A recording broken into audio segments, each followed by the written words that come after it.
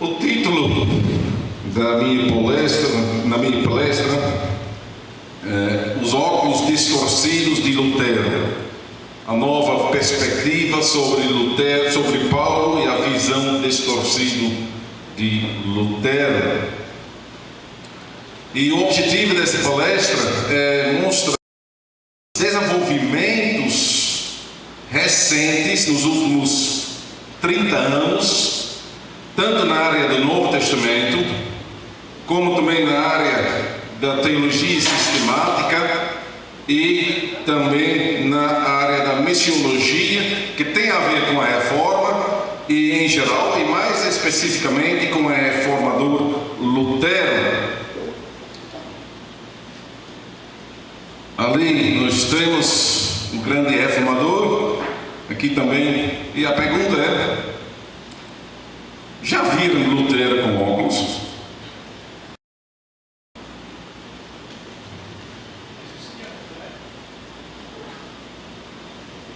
Em todo caso, ninguém viu o reformador com óculos. Todas as imagens que nós recebemos, que foram feitas de Lutero, apresentam o reformador sem óculos.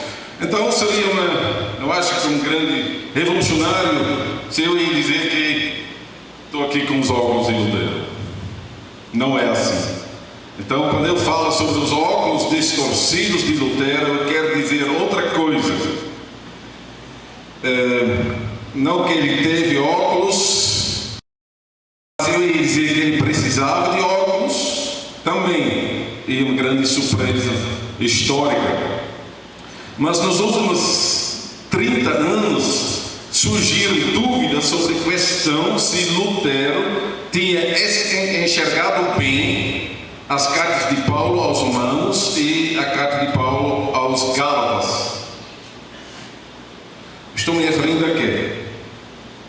Estou me referindo às discussões que estão ligadas à nova perspectiva sobre Paulo, que começaram uns 30 anos atrás. Faz pouco tempo que eu li um livro de Gerhard Fischer, professor do Novo Testamento do Seminário das Igrejas Reformadas Canadenses em Hamilton. E neste livro, a tese dele, ele fez uma pesquisa da nova perspectiva sobre Paulo e nos ofereceu os resultados no seu livro Romans 4 and the New Perspective on Paul. Romanos 4 e a nova perspectiva sobre Paulo. E o primeiro capítulo deste livro, ele oferece uma boa introdução e deixa claro que uma nova perspectiva nasceu nos anos 70 e 80 do século XX. Gerhard Fischer aponta para E.P. Sanders, que iniciou a nova perspectiva por meio do seu livro Paul and Palestinian Judaism, a Comparison of Patterns of Religion, e o judaísmo palestino, uma comparação dos padrões de religião. Foi editado em 1977. Nesse estudo, Sanders ele apresenta uma nova visão sobre o judaísmo do primeiro século.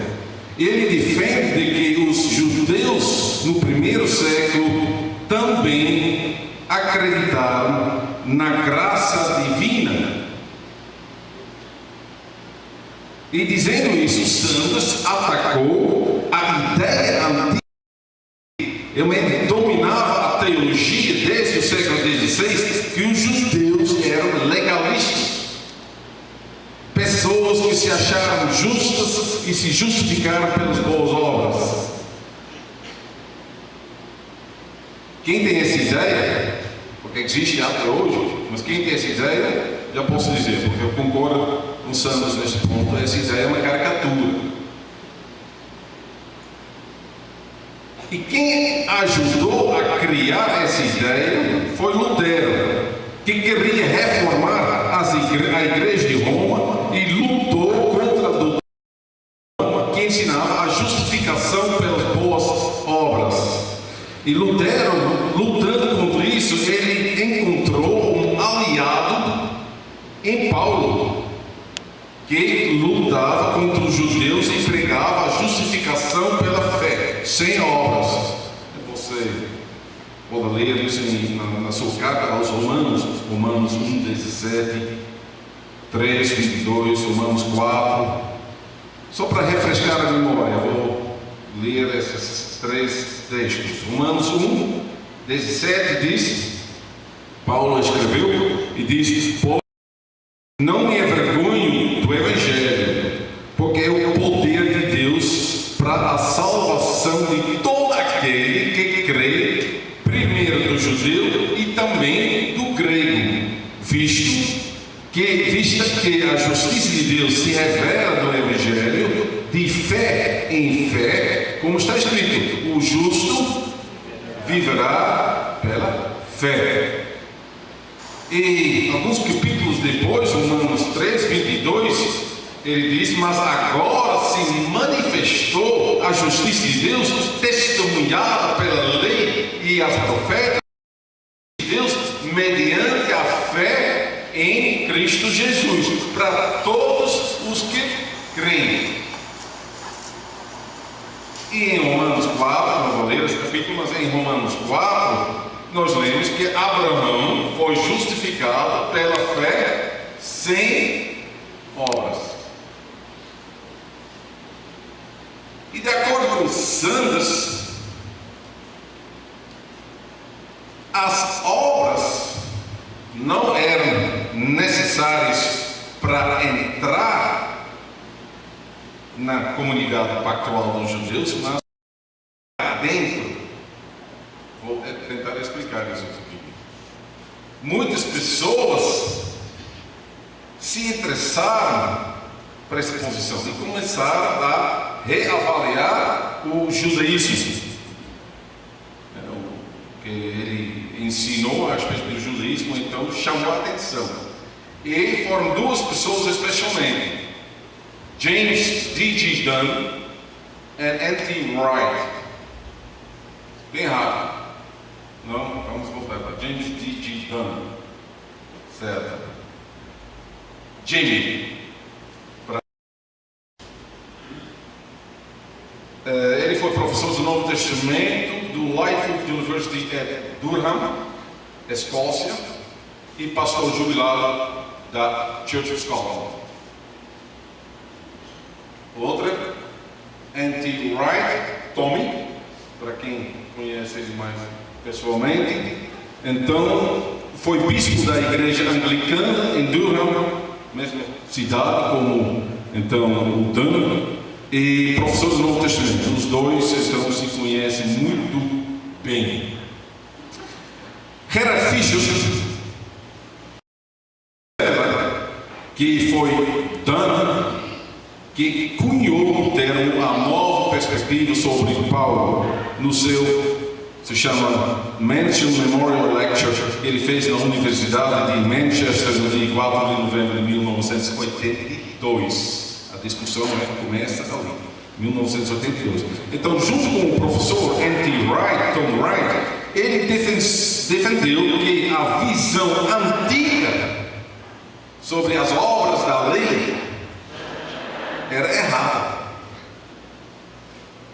E que Paulo de fato estava falando sobre obras bem específicas, quer dizer, obras que serviam como marcadores da comunidade judaica, sendo, por exemplo, a circuncisão, manter o sábado, as leis da alimentação e outras obras semelhantes que caracterizaram a comunidade pactual dos judeus. Paulo não estava lutando contra uma forma de legalismo dos judeus, mas contra uma forma de nacionalismo, que fechou as portas para os gentios.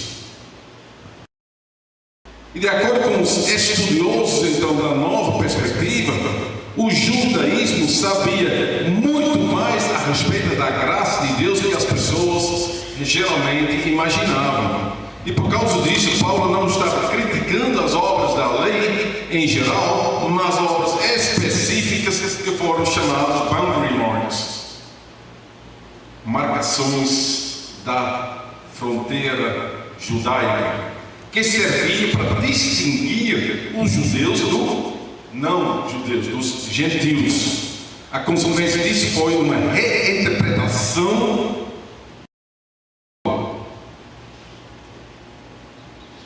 Então, Santos, o primeiro Santos, apresentou uma nova perspectiva do judaísmo. E Dunn e Wright exploraram os frutos do trabalho dele e chegaram a uma reinterpretação de Paulo, a nova perspectiva sobre Paulo. E essa nova perspectiva sobre Paulo teve consequências para a nossa visão sobre Lutero, que eles disseram que ele não entendeu bem o que Paulo queria dizer. Os órgãos então de Lutero. Agora, eu acredito que devemos interpretar Lutero de acordo com a biografia dele. Sabemos que ele passou por uma crise e lutou com a grande questão: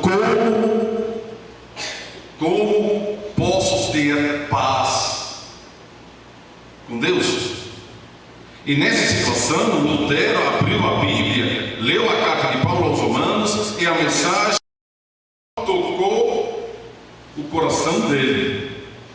Quando ele leu Romanos 1,17, ele escreveu um sentimento falando sobre esse momento na sua vida. Ele se sentiu regenerado e as portas do paraíso, ele disse, se abriram.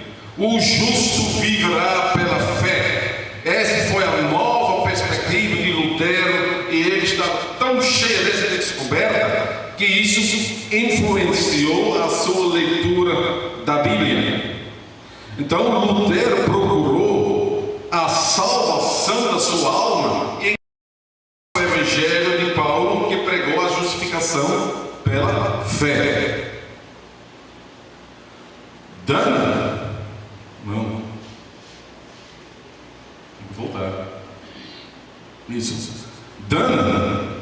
Então, observando isso, ele achou que a visão de Lutero era muito limitada. Dunn não teve problemas com a justificação pela fé. Nós sabemos disso. Houve um momento que pessoas estavam criticando ele, estavam questionando ele a respeito disso. Ele escreveu um artigo em The New Perspective, Wentz, Watt and Wither, em 2005, onde ele deixa bem claro que ele não tem problemas com justificação pela fé, mas ele quis chamar a atenção para muitos outros aspectos sociais, aspectos éticos do Evangelho, que faziam também parte do Evangelho, especialmente o Evangelho do Reino de Deus. E aqui encontramos então outra a respeito de Lutero. Ele ficou cheio da teologia de Paulo, assim, teólogos estão dizendo, assim, que ele não tinha muita atenção pela pregação de Jesus, que era o profeta do reino de Deus. Dunn e Wright queriam chamar a atenção para a teologia do reino de Deus, que era muito mais ampla do que a justificação do indivíduo pela fé em Cristo Jesus. E já nos anos 20,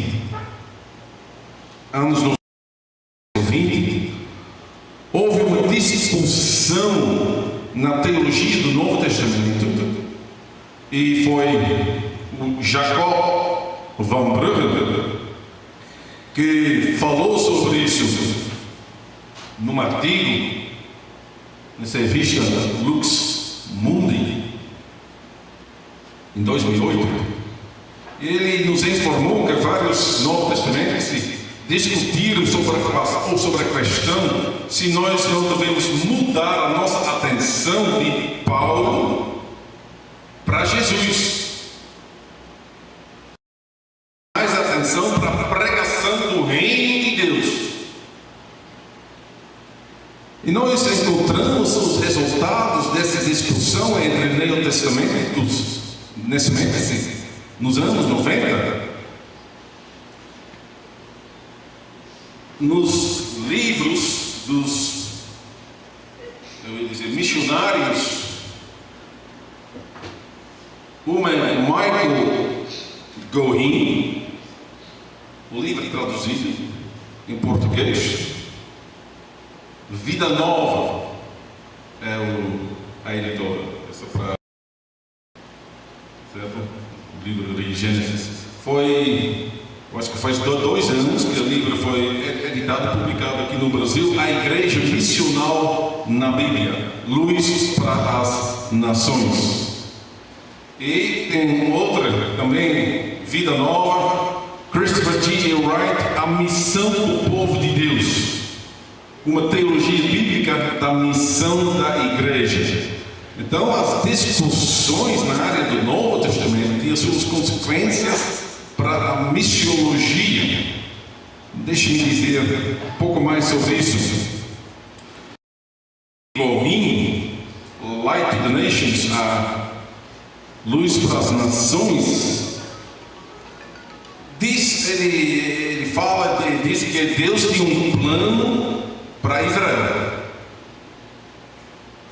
Por meio de Israel, Deus quis atingir as nações. Lembra Gênesis 12? Em ti serão abençoadas todas as famílias da terra. O plano da salvação não é somente um plano para salvar a alma de certas pessoas, sendo judeus, mas o plano, Goin diz, que é salvar toda a criação. Romanos 8. Só que ele nesse livro ele vai ler todo o Antigo Testamento, é bem interessante realmente, e ele mostra que o projeto Israel não deu certo. Israel fechou as janelas e as portas e se isolou. Isolacionismo e nacionalismo foram as ideias principais quando Jesus chegou e começou a. Então Jesus ele abriu as janelas e as portas e pregou o reino de Deus. O evangelho não era somente para os judeus, mas devia ser pregado até aos confins da terra. Israel não devia se isolar e se justificar dizendo que era o povo eleito de Deus, a nação eleita. Ele observou isso e interpretou as obras da lei neste contexto. O missionário Paulo não estava criticando as obras da lei em geral, mas obras específicas que foram chamadas, como já disse, boundary marks, marcações da fronteira, que serviam para distinguir os judeus, a nação, dos não-judeus. Então, Dan não concordou com a visão antiquada de Lutero. Ele defende que Paulo nunca rejeitou o judaísmo. Paulo se converteu a Cristo e pregou Cristo dentro da sinagoga. É o que Paulo quis dizer quando ele pregou contra a lei e boas obras. O que ele quis dizer quando ele escreveu sobre a justificação pela fé sem obras da lei. Ele está lutando contra qual ideia? A solução de Dan é o seguinte: Ele achou que a mensagem de Paulo sobre a lei e as boas obras foram direcionados contra os judeus que se converteram ao cristianismo e que continuaram a manter as regras da Torá que distinguiram os judeus dos outros povos, as leis da alimentação, circuncisão, a lei do sábado. Eles defenderam continuar com este estilo de vida em contraste com os cristãos que vieram dos gentios. Então, o termo justificação pela fé, usado por Paulo, não quer dizer como o homem pode encontrar paz com Deus, mas é um termo que quer dizer o que o gentio deve fazer para ser como membro do povo de Deus. Ele tem que crer, ele não precisa fazer as obras da lei. Essas obras da lei são: o gentio não precisa se circuncidar, seguir a lei da alimentação, cumprir a lei do sábado. Os gentios não devem fazer isso. Paulo disse: não. O Messias chegou, a nova era chegou. Hoje o homem é membro do povo de Deus pela fé, por meio da graça. As obras da lei foram consideradas como marca da comunidade judaica. Espero que vocês até agora seguiram. Os oponentes de Dunn e Wright não concordaram com a ideia deles e sugeriram que, especialmente as palavras que Paulo escreveu no capítulo 4 da Epístola aos Romanos, prova a falha da interpretação dos estudiosos da nova perspectiva. Por isso, o livro de Gerhard Fischer, ele avaliou Romanos 4 na perspectiva. Então, ele avaliou os argumentos de Dunn e Wright e chegou à conclusão que os argumentos do novo perspectiva sobre Paulo não são convincentes. A conclusão do tese dele. Então ele diz: não é assim. Então vamos voltar para Lutero. Será que ele tinha problemas com seus olhos e precisava de óculos? Ou ele leu as cartas de Paulo corretamente? Quando nós queremos realmente avaliar Lutero, acho que nós devemos nos perguntar em primeiro lugar: quem foi Lutero?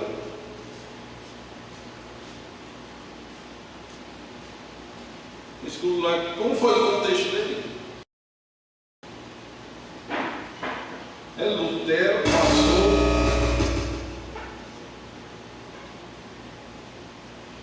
Lutero passou por uma crise da fé. E ele estava procurando a segurança da sua salvação. E ele encontrou essa segurança na carta de Paulo: o justo viverá pela fé sem obras. Isso foi um grande alívio para Lutero, e não somente para ele. Então Lutero passou por uma crise de fé, como já estou dizendo. Então, quando o justo é justificado, viverá pela fé sem obras, foi um grande alívio para Lutero, e não somente para ele, porque essa mensagem conquistou os corações de milhares naquela época, no século XVI, pessoas que estavam lutando para receber segurança, como também Lutero estava lutando para isso, estava com esse problema. Então tem que avaliar bem também o contexto de Lutero. O povo, no final da Idade Média, no início da Reforma, o povo seguro e ansioso para obter paz com Deus. A doutrina da justificação pelas obras servia para trazer paz para as pessoas. Naquele momento você pode controlar a sua salvação, servir para trazer paz para as pessoas. Os crentes então deviam participar dos sacramentos, 7 sacramentos, fazer boas obras, comprar indulgências, e dessa maneira a igreja cuidava da alma dos membros, desde o nascimento até o membro da igreja de Roma podia se justificar pelas boas obras. Mas em vez de trazer paz no coração do crente, como Lutero, eles ficaram inquietos. E sempre Lutero se perguntou: eu fiz bastante para ser salvo? Se você confia nessas boas obras, então sempre vai ficar com essa pergunta: eu fiz bastante? Lutero, então, ele era o filho do seu tempo. Ele procurava paz com Deus e o encontrou no Evangelho de Paulo: o justo viverá pela fé, sem obras. E não foi somente Lutero que abraçou esse Evangelho, esse Cristo. A doutrina da justificação pela fé se tornou a doutrina da Reforma. A justificação pela fé é um tópico fundamental na doutrina das igrejas reformadas. Lutero e o companheiro dele, Melanchthon, descobriram essa doutrina lendo o Novo Testamento, que foi publicado pelo Erasmo. Texto do Novo Testamento em grego foi publicado em 1515 por Erasmo, um humanista. E Lutero, lendo isso, Melanchthon, lendo esse texto, descobriram então a justificação pela fé. E por meio da pregação de Lutero e a teologia sistemática de Melanchthon, então essa doutrina chegou a Calvino e a Heidelberg, outro instituto teológico, e então também aos seus alunos. E o resultado nós encontramos na confissão belga, na confissão reformada, artigo 22, domingo 23 do Catecismo de Heidelberg, e também nos cânones de Dort, todos confissões das igrejas reformadas. Agora você vai pensar: será que milhares de pessoas seguiram cegamente Lutero? Será?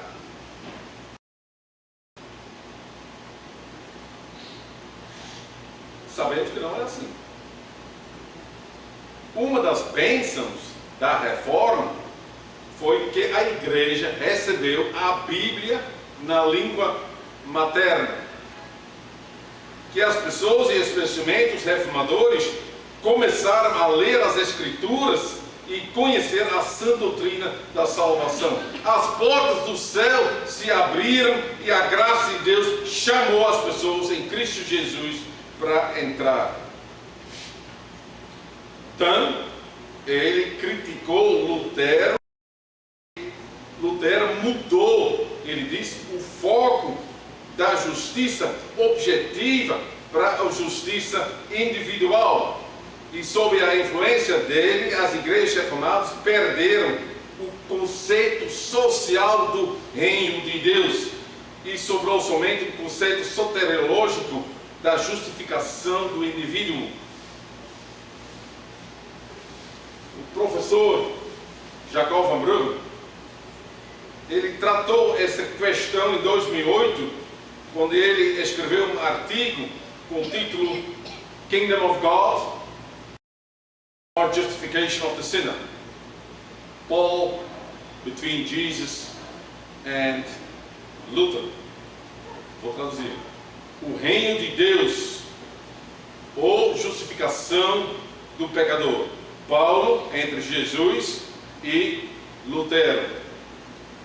E neste artigo ele explicou como é possível que o carro de Lutero que estava viajando com Paulo, essa combinação, Lutero e Paulo, como o carro de Lutero se bateu com o carro que estava viajando com Jesus. O profeta do reino de Deus versus o apóstolo da justificação pela fé entraram em conflito nos anos 80, 90.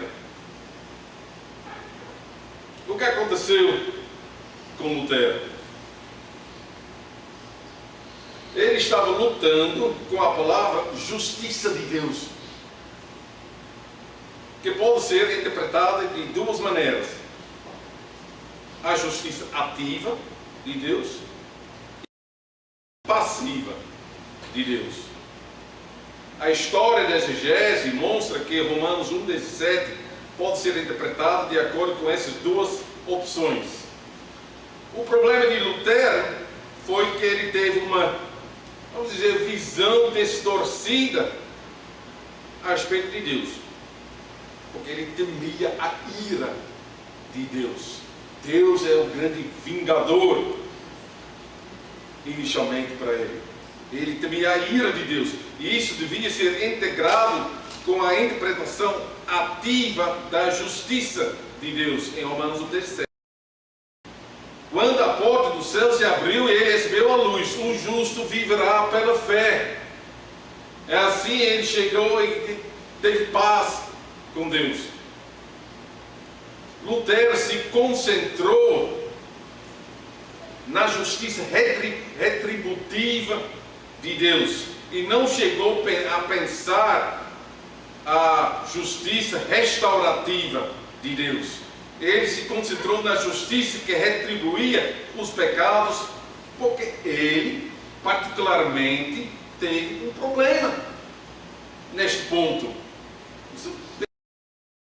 Se você está lutando com isso, então você vai ler as Escrituras, você vai se focalizar. E isso foi o grande descoberto dele, e assim ele começou a ler todas as Escrituras.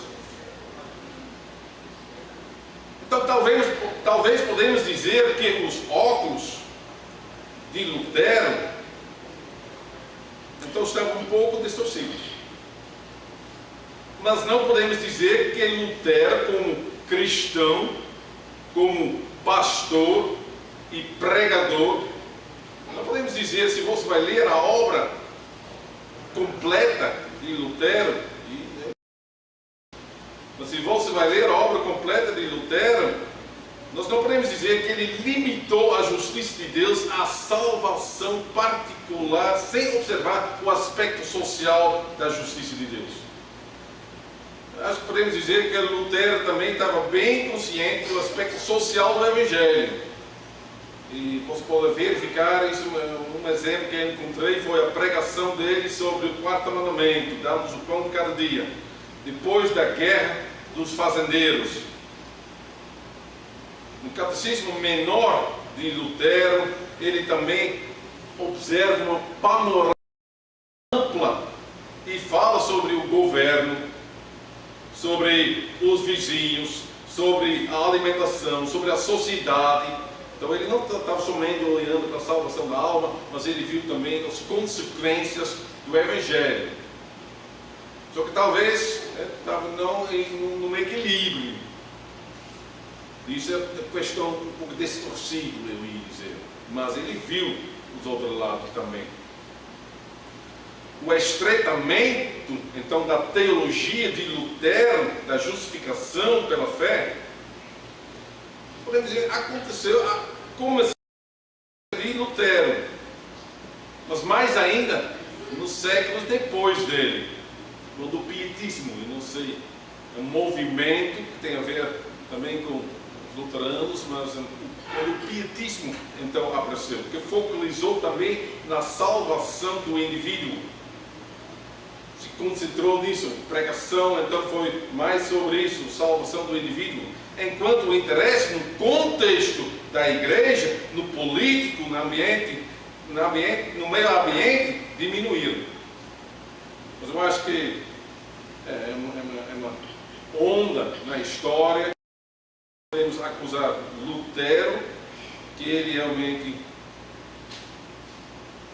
focalizou nisso. E nem podemos dizer que os reformadores fizeram isso. Porque neste caso é muito bom pular um pouquinho de Lutero para João Calvino. João Calvino de Genebra.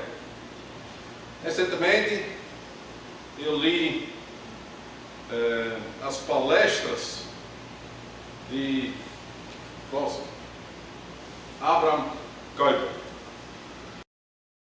grandes teólogos de Holanda. Eu sou de Holanda, mas ele é um homem, eu poderia contar muitas histórias sobre ele, mas um homem bem inteligente. Ele foi para os Estados Unidos e ali ele fez palestras sobre o calvinismo, sobre Calvino, calvinismo. Ele deixa bem claro que as ideias de Calvino e do calvinismo, depois dele, observaram a cosmovisão, observaram o mundo inteiro e enfatizaram esse aspecto social do Evangelho. Ele organizou um partido político, ele tinha um jornal, ele escreveu cada semana. O jornal é um artigo desse tamanho, sabe? Ele encheu esse jornal. Ele tinha o jornal da igreja também. Cada domingo, então, estava um texto assim. O homem era realmente impressionante. Ele organizou muitas coisas, especialmente, então, o contexto do Evangelho. Sindicatos reformados, o partido político reformado. Ele se tornou presidente, ministro-presidente, então, na Holanda, por vários anos. Então, ele, de certa forma, governou também então, o país. O calvinismo de Kuyper se chama o neocalvinismo. O calvinismo de João Calvino e o neocalvinismo de Abraham Kuyper. Foi bem influente, então, nas igrejas na Holanda. E eu acho que pode ser por causa disso que na Holanda tem muito para a nova perspectiva de Paulo. É pouco Dunn e Wright também estão dizendo que estão apontando para o contexto do Evangelho. Então, as ideias do novo perspectiva de Paulo receberam muita atenção dentro das igrejas reformadas holandesas. Ultimamente, Tom Wright é um autor, é um best-seller. Realmente, ele vende muitos livros neste momento lá no país. Eu vou chegar à conclusão. Dunn e Wright não são inimigos de Lutero. A nova perspectiva sobre Paulo, eles não são inimigos. Eles queriam corrigir a teologia de Lutero, os óculos de Lutero, e completar a teologia dele. Mas os oponentes da nova perspectiva de Paulo deixaram bem claro que os óculos de Dunn e Wright também devem ser corrigidos. As doutrinas da justificação pela fé e a teologia do reino de Deus devem andar com mãos dadas. Lutero, nós podemos dizer, Lutero é a chave do reino de Deus. Somente pela fé podemos entrar no reino de Deus.